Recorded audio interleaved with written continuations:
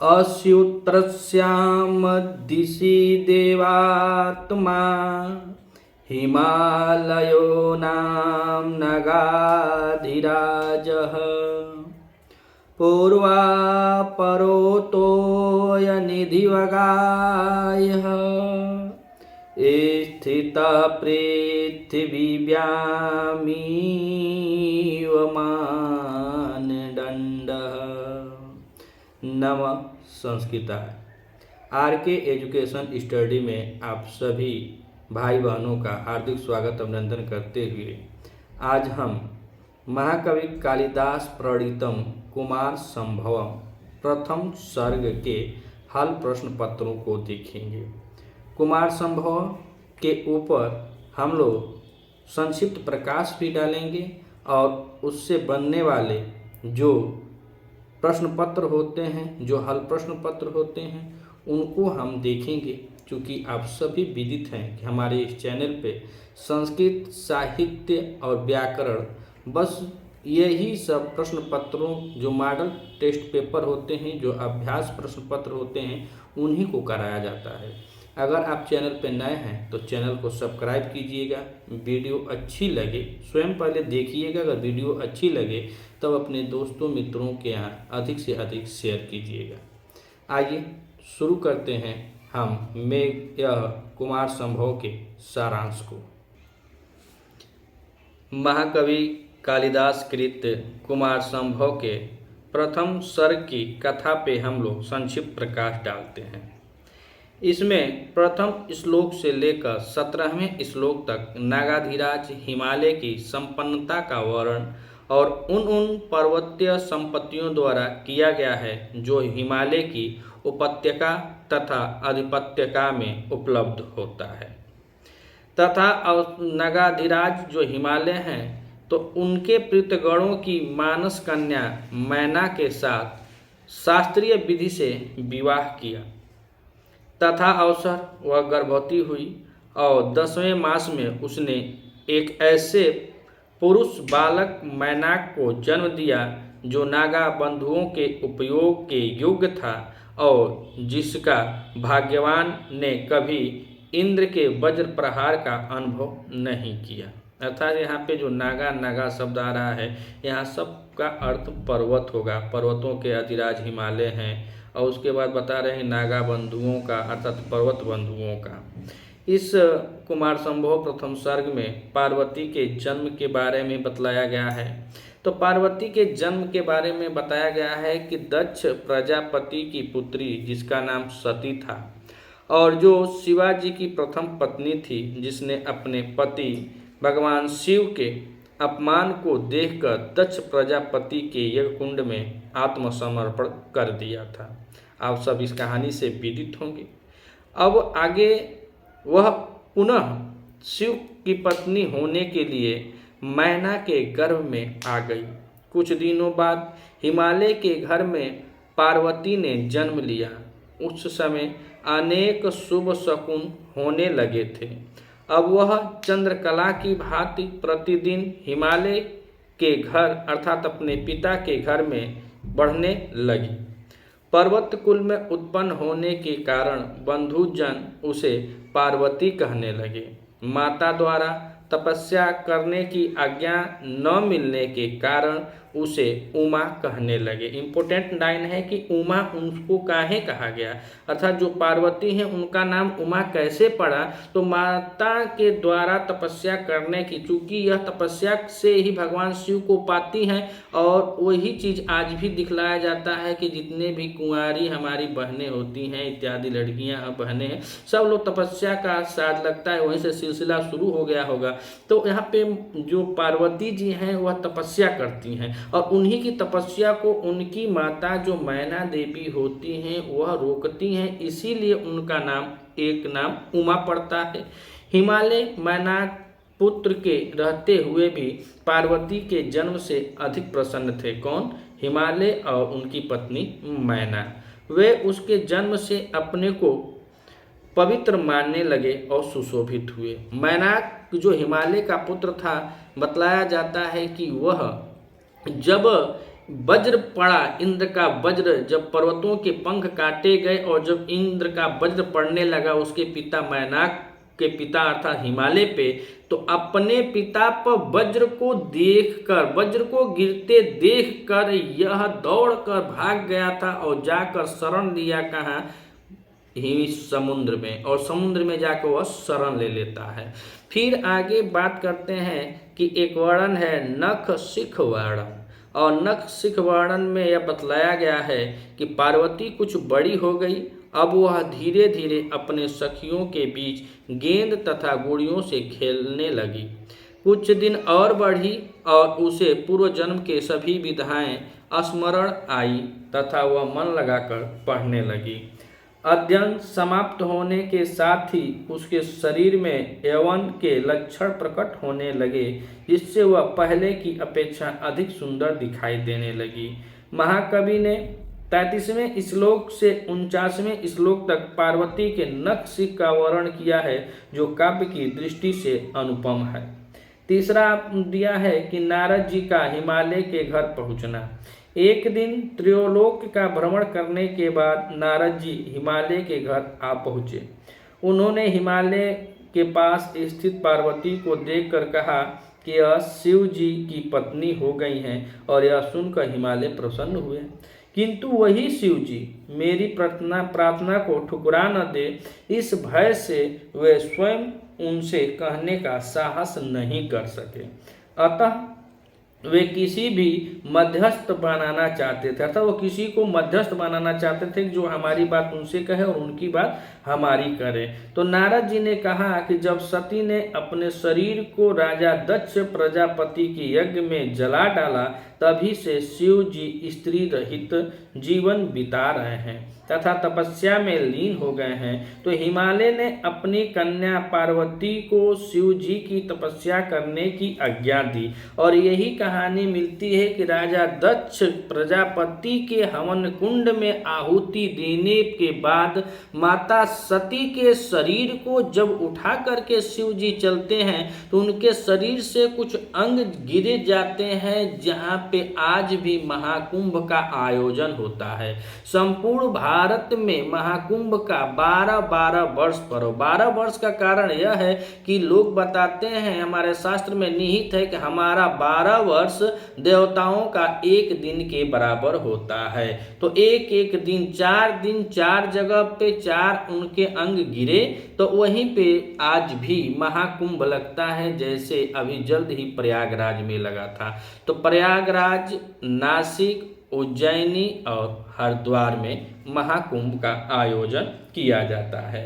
हिमालय ने अपनी कन्या पार्वती को शिव की तपस्या करने की आज्ञा दी, और शिव ने भी पार्वती को अपनी सेवा करने की अनुमति दी। वह प्रतिदिन नियम पूर्वक पूजा के लिए फूल चुनकर, वेदी को साफ कर, जल, कुश, समिधा आदि को एकत्र कर भगवान की सेवा में तत्पर हो गई। और तब भगवान शंकर के शिव पर विराजमान चंद्रिका करणों से जब वह थक जाती थी, तो उनसे वह अपनी थकावट को दूर करती थी। यही प्रथम सर्ग में है। अब आइए मित्रों, हम इसके हल प्रश्न पत्रों को देखते हैं।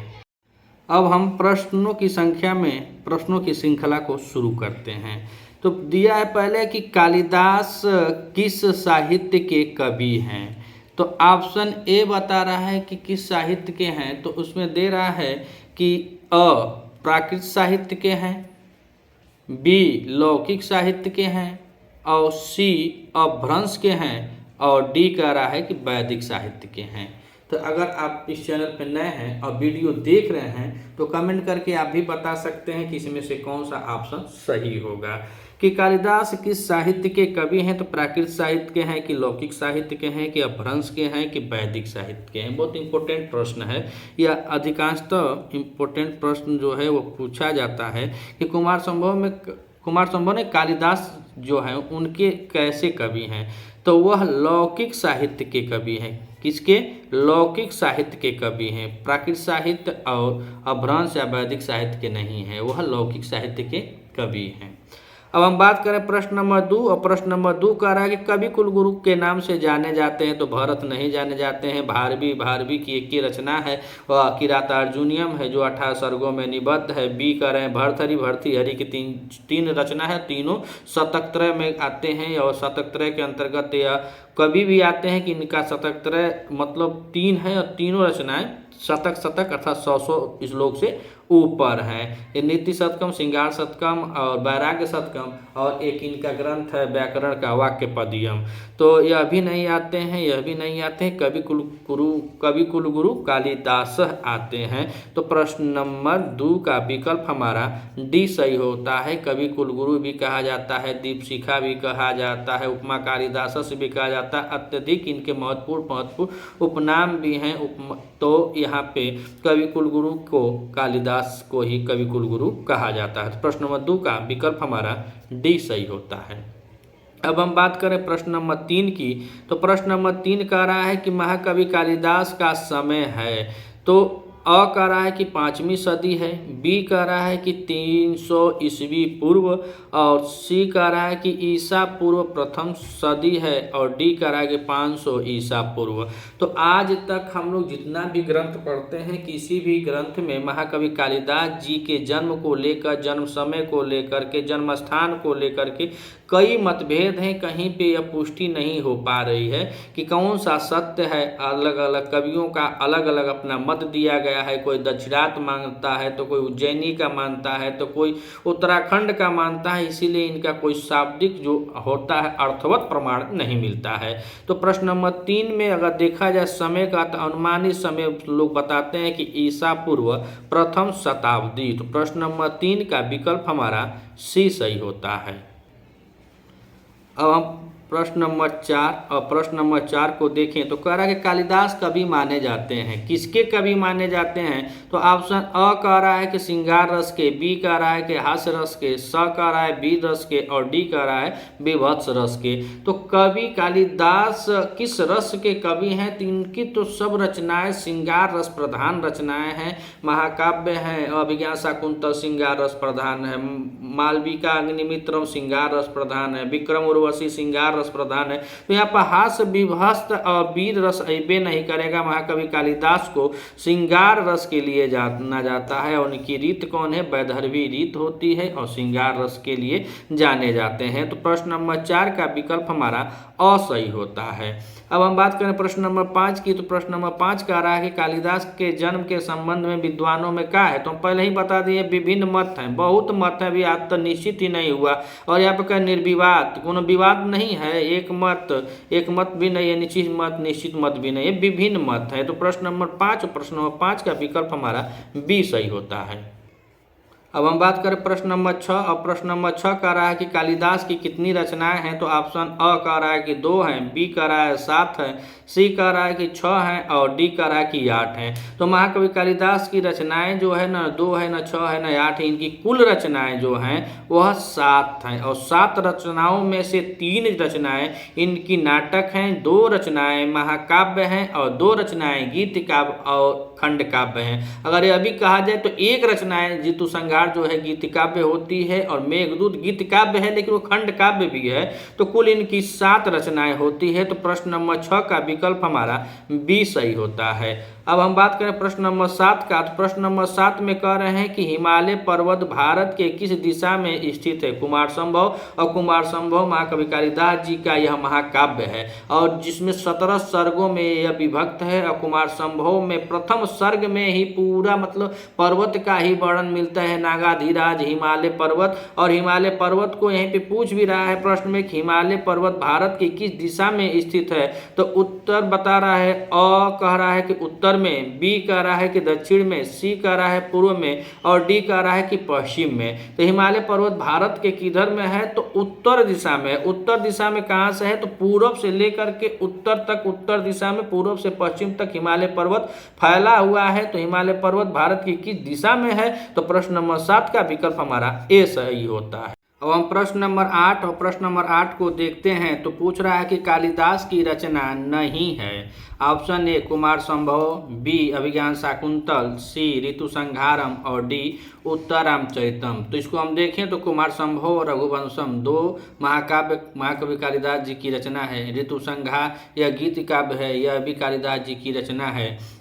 और अभिज्ञान शाकुंतल जो नाटक है और सभी नाटकों में बहुत रमणीय नाटक माना जाता है। यह 7 अंकों वाला है। इसका नायक दुष्यंत और नायिका शकुंतला होती है और यह महाभारत के आदि पर्व का उपजीव्य लेकर के महाकवि कालिदास जी ने इसकी रचना की है, जहाँ पे वह महाभारत के आदि पर्व में यह शाकुंतलोपाख्यान में जाना जाता है, वहाँ पर इसका वर्णन मिलता है। तो यह नाटक है। तो यह तीनों रचनाएं जो हैं महाकवि कालिदास जी की हैं, लेकिन जो यहाँ पे उत्तररामचरितम है यह महाकवि भवभूति की रचना होती है। यह भी 7 अंकों का नाटक है, करोड़ रस प्रधान नाटक है और भवभूति की 3 रचनाओं में से यह भी एक उनकी रचना है। तो महाकवि कालिदास की रचना नहीं है। तो प्रश्न नंबर 8 का विकल्प हमारा डी सही होता है। अब हम प्रश्न नंबर 9 और प्रश्न नंबर 9 को देखते हैं। तो पूछ रहा है कि रघुवंशम के अतिरिक्त, इसमें रघुवंशम के अतिरिक्त कालिदास का दूसरा महाकाव्य है। ऑप्शन ए ऋषिपाल वधम है, बी किरातार्जुनीयम है, सी नैषधीय चैतम है और डी कुमार संभव है। तो हम यहाँ पे जो 3 अलग अलग विकल्प दिए हैं इनको हम देखें तो शिशुपाल वधम महाकवि माघ की रचना है, 20 सर्गों में यह निबद्ध है। किरातार्जुनीयम महाकवि भारवी की रचना है, 18 सर्गों में निबद्ध है। और नैषधीय चैतम महाकवि श्रीहर्ष की रचना है जो 22 सर्गों में निबद्ध है। और इसे औषधि, इसको संजीवनी कहा जाता है, जो विद्वान उनको संजीवनी भी कहा जाता है। नैषधीय चैतम को जो श्रीहर्ष की रचना है। तो तीनों रचनाएं अलग अलग है। रघुवंश के बाद कालिदास की दूसरी जो रचना है कुमार संभव है। कुमार संभव माता पार्वती और शिव जी के प्रणय का कथा मिलता है और इसमें हिमालय का भी वर्णन मिलता है। तो प्रश्न नंबर 9 का विकल्प हमारा डी सही होता है।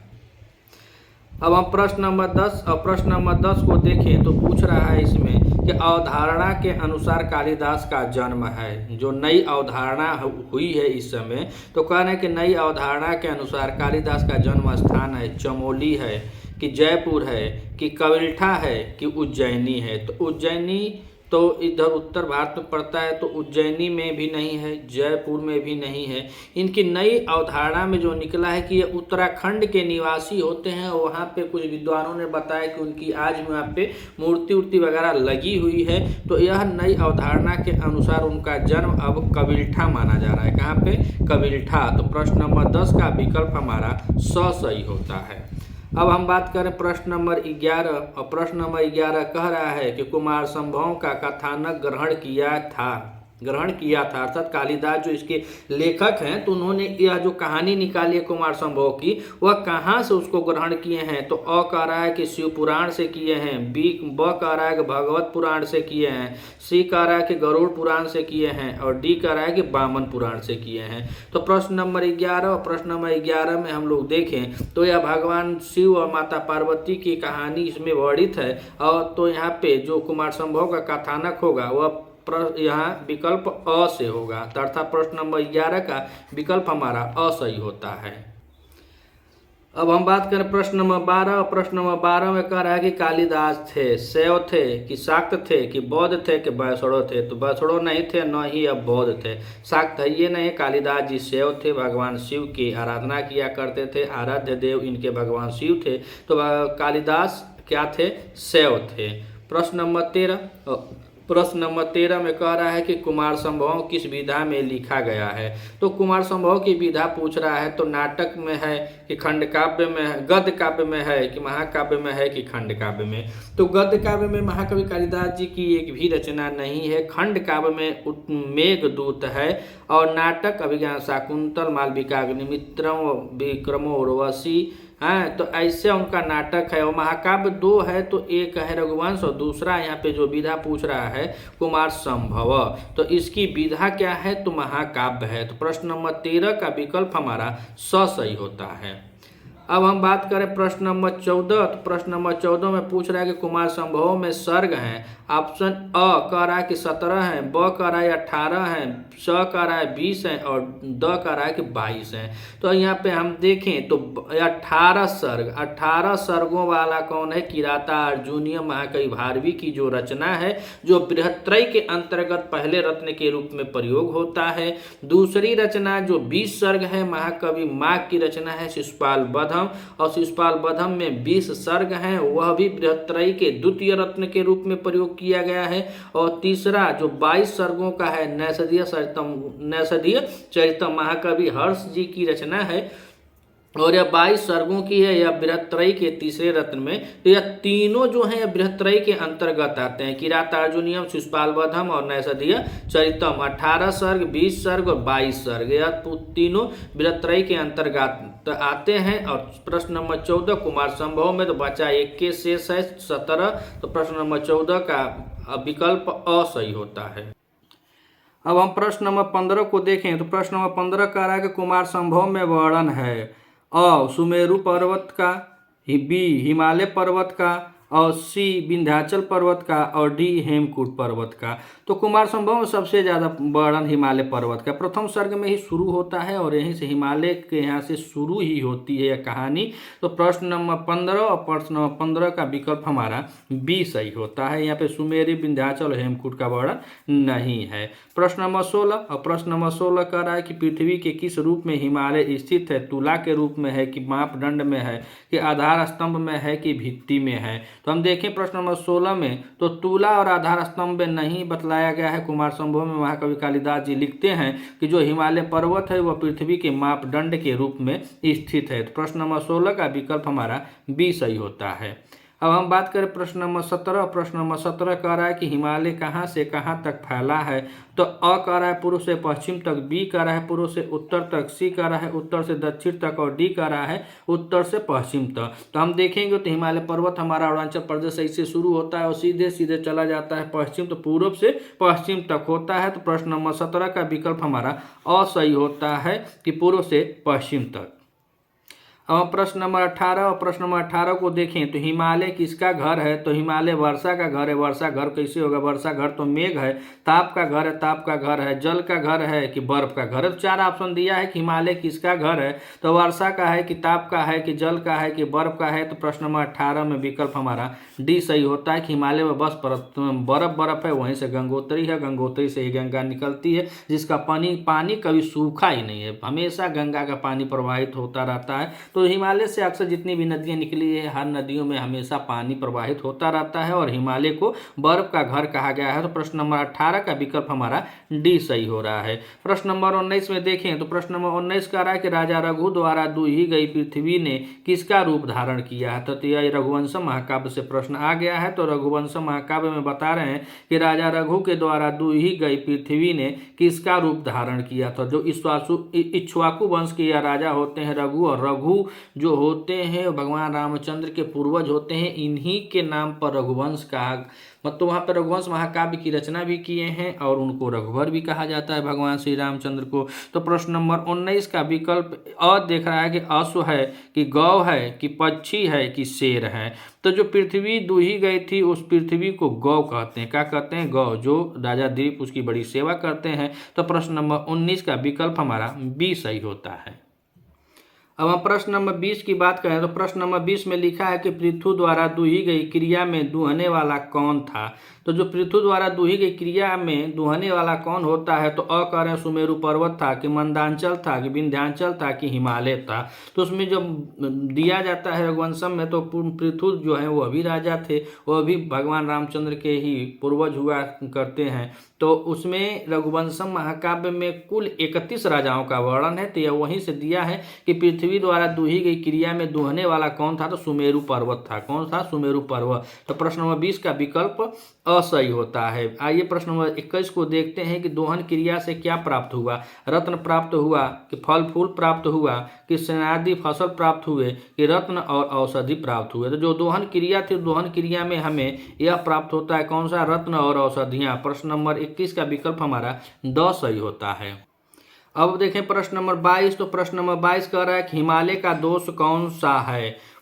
धूप से रहित होता है, हरियाली से युक्त होता है, मेघ से ढका होना और बर्फ से ढका होना। तो इसमें पूछ रहा है कि हिमालय का दोष कौन सा है? तो हिमालय का कौन सा दोष है? धूप से रहित होना ना, गलत है। हरियाली से युक्त होना, गलत है। मेघों से ढका होना, गलत है। इसका मेन जो दोष है वही बताएं, बर्फ से ढका होना। तो प्रश्न नंबर 22 का विकल्प हमारा द सही होता है। अब हम बात करते हैं प्रश्न नंबर 23 की। तो प्रश्न नंबर 23 में कह रहा है कि गुणों के समुदाय में एक दोष कैसे छिप जाता है? कह रहा है अग्नि के गर्मी के समान, चंद्र में कलंक के समान और सूर्य के किरणों में ताप के समान और जल में बर्फ के समान। तो जो आप अत्यधिक गुणवान है, अत्यधिक गुणवान होने के साथ अगर आपके अंदर दो चार वो कमी भी होती है तो वह कैसे छिप जाता है, वही बता रहा है कि गुणों के समुदाय में एक दोष कैसे छिप जाता है। तो जैसे चंद्रमा के कलंक के समान छिप जाता है। चंद्रमा सबको प्रकाशमान करता है और यह बहुत बड़ा उज्ज्वल सफेद होता है, उसमें जो हल्का हल्का धब्बा है उसकी कमी को बता रहे हैं कवि जी। तो कह रहे हैं कि उसी समान खप जाता है, जैसे चंद्रमा में कलंक होता है वैसे ही खप जाता है। तो प्रश्न नंबर 23 का विकल्प हमारा बी सही होता है। अब हम बात करें प्रश्न नंबर 24। तो प्रश्न नंबर 24 कह रहा है कि हिमालय सिंदूर आदि धातुओं में से कैसा लगता है? कह रहा है कि हरा लगता है, ब कह रहा है पीला, सी कह रहा है लाल और डी कह रहा है काला। तो अगर सिंदूर आदि उसको पोता जाए तो वो कैसा लगेगा? तो लाल लगेगा। प्रश्न नंबर 24 में विकल्प हमारा स सही होता है।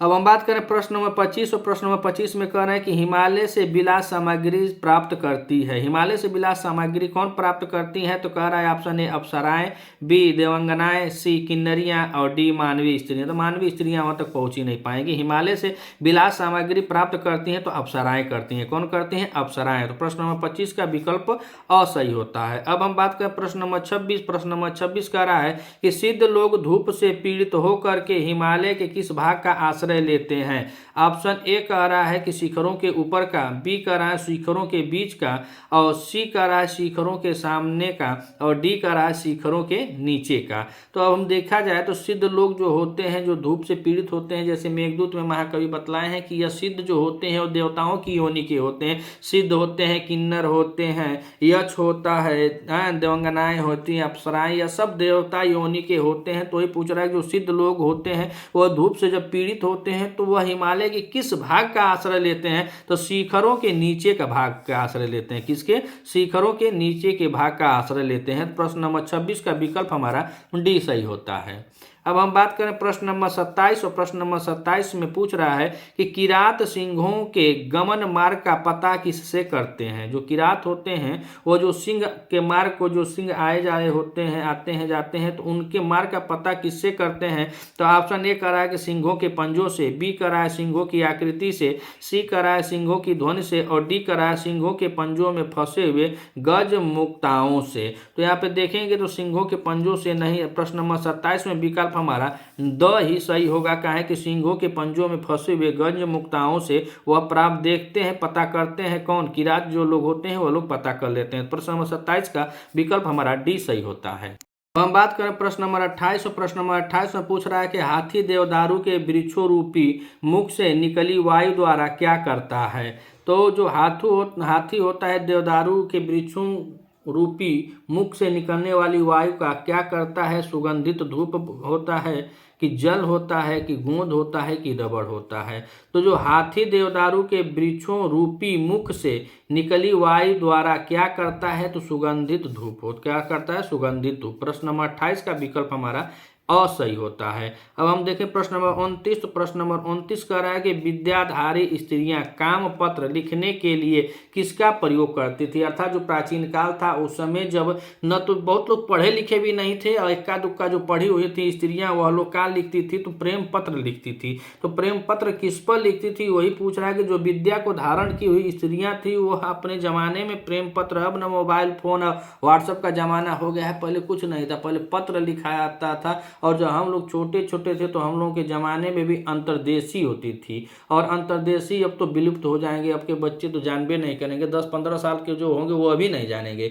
अंतर्देशी होती थी और गांव में कोई एक आदमी रहता था जो थोड़ा पढ़ा लिखा था, तो वह पूरे गांव का घूम घूम कर चिट्ठी अर्थात लेटर लिखता था और वही लेटर जाता था। अगर किसी के घर कोई मर भी गया तो उस लेटर पर लिखा जाता था, उस लेटर के कार्नर को थोड़ा सा फाड़ दिया जाता था जिससे पोस्टमैन और पोस्ट ऑफिस वाले समझे कि इसमें किसी की मृत्यु का वर्णन है तो लोग लेकर जाते थे, फिर भी उसका जवाब और उस आदमी को आने में 10 दिन मैक्सिमम लग जाता था। तो वही पूछ रहे हैं कि प्रश्न नंबर 29 में कह रहा है कि जो विद्याधारी स्त्रियां थी वह काम पत्र लिखने के लिए किसका प्रयोग करती थी, तो वहाँ पे आम के पत्ते का, पीपल नहीं, आम का पत्ता ढका उका नहीं, वो भोजपत्र होता था और भोजपत्र पे वो लिखा करती थी। कलम पेंसिल तो नहीं था तो मोरे के पांख से लिखा करती थी, नहीं तो नरगट की कलम वलम बना लेते थे।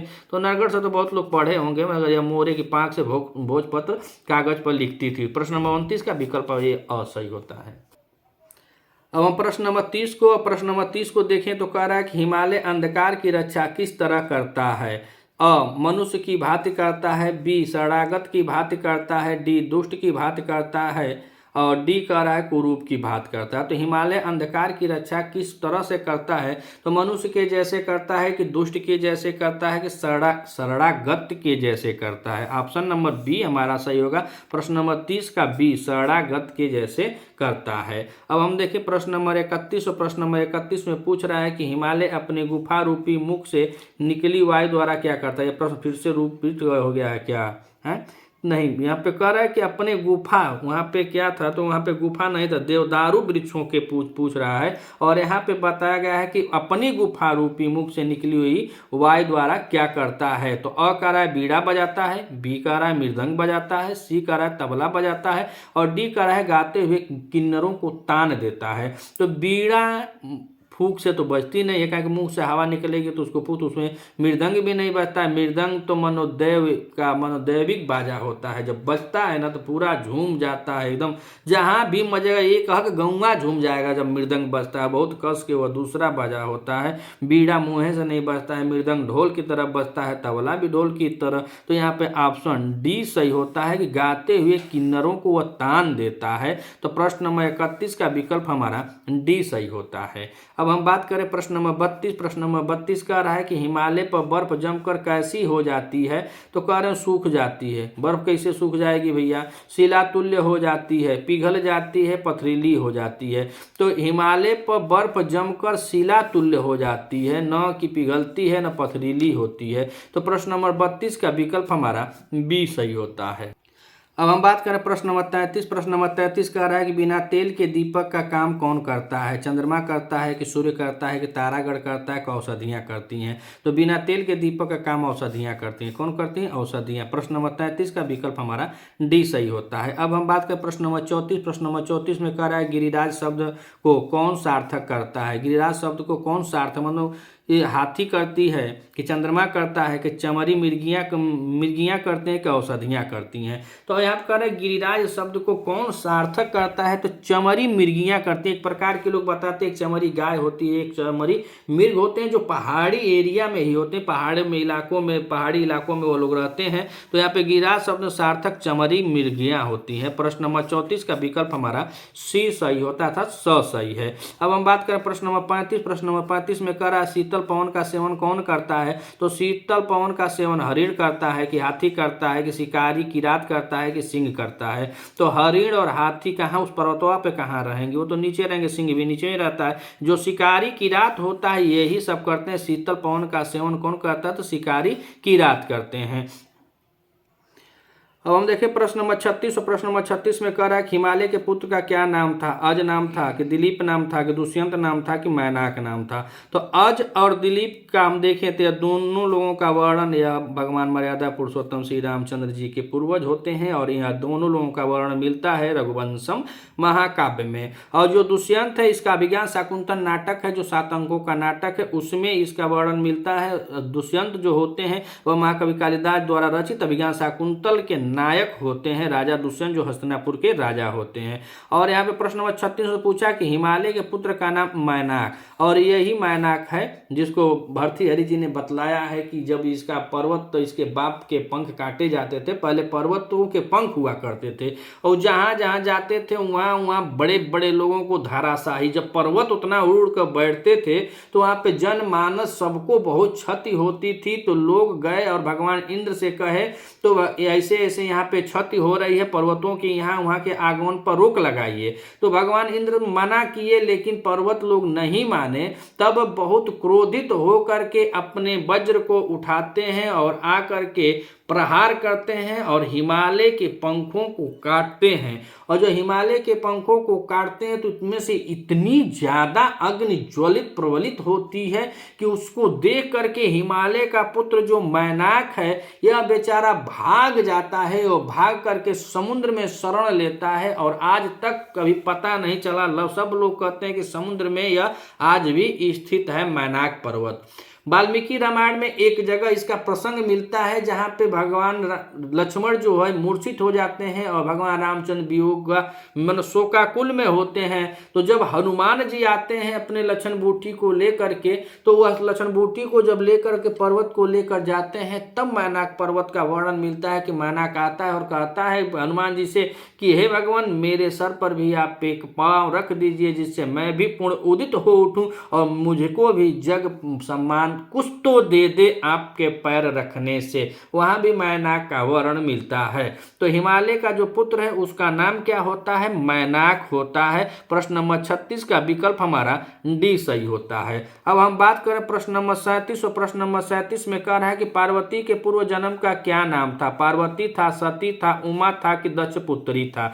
तो पार्वती के पूर्व जन्म में सती होती हैं और यही सती राजा दक्ष के यहाँ उत्पन्न होती हैं। और राजा दक्ष पार्वती जो सती होती उनके शादी शिव भगवान से होती है, भगवान शिव शंकर से होती है। लेकिन राजा दक्ष एक यज्ञ कराते हैं और उस यज्ञ में वह अपने पुत्री या अपने दामाद अर्थात बेटी दामाद को वह नहीं बुलाते हैं। फिर भी माता सीता भगवान शिव से कहती हैं कि छोड़िए, वह काम में व्यस्त होंगे, उनको मौका नहीं मिला होगा, मुझको जाने का आदेश दीजिए। भगवान शिव नहीं आते हैं और सती अपने पितृ मोह में पिता के घर आती हैं। और जब पिता के घर आती हैं तो वहाँ पे देखती हैं कि जग में बहुत छोटे छोटे जो हैं उनको भी उच्च उच्च सिंहासन दिया गया है, जो नहीं आए हैं उनकी भी सभा में वार्तालाप की गई है। किसका मात्र नहीं हुआ है? तो शंकर भगवान का कुछ नहीं हुआ है। अपनी पति के इस अपमान को देख करके वह बेचारी सती उस हवन कुंड में कूद जाती है, अपने प्राणों की आहुति दे देती है। तो यह प्रमाण मिलता है कि वहीं से कि बिन बलौले जन जइहे भवानी, ना रह जइहा इज्जत पानी। तो बिना बुलाए किसी के दरवाजे पर नहीं जाना चाहिए। तो पुत्री होती हैं और उनका नाम सती होता है और सती के पिता का नाम दक्ष होता है और यही राजा दक्ष के यहाँ वह पैदा हुई थी। तो प्रश्न नंबर 37 का विकल्प हमारा बी सही होता है। अब हम बात करें प्रश्न नंबर 38। और प्रश्न नंबर 38 में पूछ रहा है कि इंद्र द्वारा पंख काटे पर मैनाक ने कहाँ शरण ली थी? अ तालाब में ली थी, ब नदी में लिया था, स पर्वत पर लिया था और ड समुद्र में लिया था। तो इंद्र के द्वारा भी हम बताए कि पंख काटा जा रहा तो मैनाक समुद्र में लिया, लेकिन काहे समुद्र में लिया? तो यह एक प्रकार से रिश्ता मान लीजिए। तो अगर रिश्ता मानते हैं तो यह समुद्र जो है वो मैनाक का जीजा लगता है। और काहे जीजा लगता है? कि जितनी भी नदियां निकलती है, गंगा वगैरह जो भी नदियां निकलती है हिमालय पर्वत से निकलती हैं और हिमालय पर्वत से निकल के कहाँ गिरती हैं? तो समुद्र में गिरती हैं। तो नदियां जो हुई वो हिमालय पर्वत की बेटी हुई और जो हिमालय पर्वत की बेटी हुई तो समुद्र का हुआ उनका हिमालय पर्वत का दामाद हुआ। और जो हिमालय पर्वत का दामाद हुआ तो अब यह गया होगा मैनाक, तो कहा होगा कि हे बहनोई, हे जीजा, हमको शरण दे दो, हमारे दादा पर वज्र चल रहा है, प्रहार चल रहा है, इंद्र का उनके पंख को काटे जा रहे हैं। तो जाकर के समुद्र के सामने हाथ जोड़कर रोया होगा कि हे बहनोई, हमको शरण दे दो, हे जीजा, हे जीजू, जो भी कहा होगा। तब क्या करे बेचारा समुद्र भी सोचबे करेगा। तो सारी खुदाई एक तरफ और जो रुका भाई एक तरफ। वो अभी बोला कि जो अंदर चल जो और जाके देख तुम्हारी बहन वहन है वहीं में अपना जी खा ले। वो ऐसा ससुरा मैनाक हाला, ऐसा हाला समुद्र में को आज तक वो समुद्र में जीता खाता रह गया। मतलब उसका अस्तित्व तो ही नहीं रहा। हिमालय या शेर के कोखी सियार पैदा हो गया कहा जाता। हिमालय पर्वत इतना बड़ा और उसके पुत्र का आज तक कोई पते नहीं चला। वो अपने समुद्र में चला गया। तो समुद्र में कहाँ गया? तो हम बता दिए कि जीजा था। इंद्र द्वारा पंख काटे पर मैनाक ने कहा शरण ली? प्रश्न नंबर 38 में विकल्प हमारा डी सही होता है कि समुद्र में शरण लिया था। अब प्रश्न नंबर 39 और प्रश्न नंबर 39 में पूछ रहा है कि पार्वती ने दक्ष यज्ञ में शरीर क्यों त्याग दिया? कहा कि भैया वो अपमान से आहत हुई थी। तो आप विकल्प को देखें तो पिता ने उन्हें नहीं बुलाया। कारण तो सही है कि पिता ने उन्हें नहीं बुलाया, फिर भी शिव ने उन्हें जाने से रोका था। यह भी कारण सही है कि भगवान शिव रोके थे और तभी से बताया जाता है कि जो पत्नी अपने पति की बातों को नहीं मानती है, तो एग्जाम्पल थ्रू यह भी बहुत उदाहरण दिए जाते हैं, जैसे माता सती। तो पति की बातों को पत्नियों को मानना चाहिए और पत्नियों की भी बात पतियों को मानना चाहिए, क्योंकि दोनों तरफ एग्जाम्पल बराबर हैं। अगर पत्नी की बात रावण मानता तो लंका नहीं जलता, और यह पति की बात मानती पार्वती जी तो सती की कथा नहीं व्यतीत होती, यह जलती नहीं। तो यह भी सही को रोके थे, लेकिन उसमें पूछ रहा है कि त्याग दिए उसमें विशेष क्या है, तो उसमें सबसे विशेष यही है कि वे यक्ष द्वारा किए गए शिव के अपमान से आहत हो गई थी। क्या हो गई थी? आहत हो गई थी, क्योंकि वह दक्ष भगवान शिव का अपमान किया, इसीलिए पत्नी धर्म के नाते यह बहुत आहत हुई, और आहत होने के कारण वह यज्ञ कुंड में कूद जाती है। तो प्रश्न नंबर 39 का विकल्प हमारा स सही होता है। अब हम देखें प्रश्न नंबर 40, और प्रश्न नंबर 40 में कह रहा है कि मैना कैसी थी? अ नियमवती थी, बी नष्ट नीति जैसी थी, सी समाधिपति थी, और डी कह रहा है कि इनमें से कोई नहीं। तो मैना की बात करें तो वह हिमालय की पत्नी मानी जाती है मैना, और इन हिमालय का पुत्र मैनाक था, और पार्वती अंत पर्वत की पुत्री होती है, इसलिए उनका नाम पार्वती पड़ता है, और तपस्या के लिए उनकी माता मना करती है, इसलिए उनका एक नाम उमा भी पड़ता है। तो प्रश्न नंबर 40 मैना कैसी थी? तो मैना समाधिपति थी। प्रश्न नंबर 40 का विकल्प हमारा स सही होता है। अब हम बात करें प्रश्न नंबर 41 का, तो प्रश्न नंबर 41 कह रहा है कि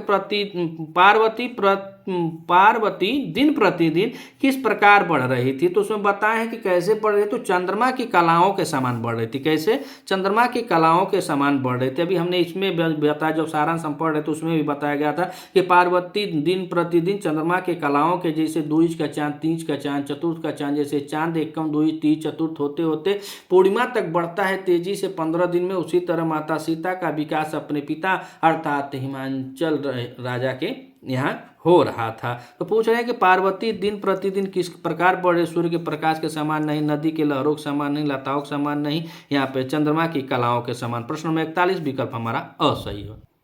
अब हम बात करें प्रश्न नंबर 42, और प्रश्न नंबर 42 कह रहा है कि पार्वती किस प्रकार खेलती थी? अ चंद्रमा के जल में देखकर, ब मिट्टी के खिलौने से, स गंगा के तट पर बालू से मंडप बनाकर, और द कह रहा है कि इनमें से कोई नहीं। तो चंद्रमा के जल में देखकर गलत है, मिट्टी से खिलौने गलत है, वह गंगा के तट पर बालू के मंडप बनाकर खेलती थी। प्रश्न नंबर 42 का विकल्प हमारा स सही होता है। अब हम बात करें प्रश्न नंबर 43, और प्रश्न नंबर 43 में कह रहा है कि पार्वती के जन्मदिन पर कैसा हो गया था? वर्षा वाला हो गया था, धूल युक्त हो गया था, शंख ध्वनि वाला हो गया था, कि भयानक ध्वनि? तो भयानक ध्वनि नहीं होगा, धूल युक्त नहीं, वर्षा वाला नहीं, या शंख ध्वनि वाला दिन हो गया था। तो प्रश्न नंबर 43 विकल्प हमारा स सही है।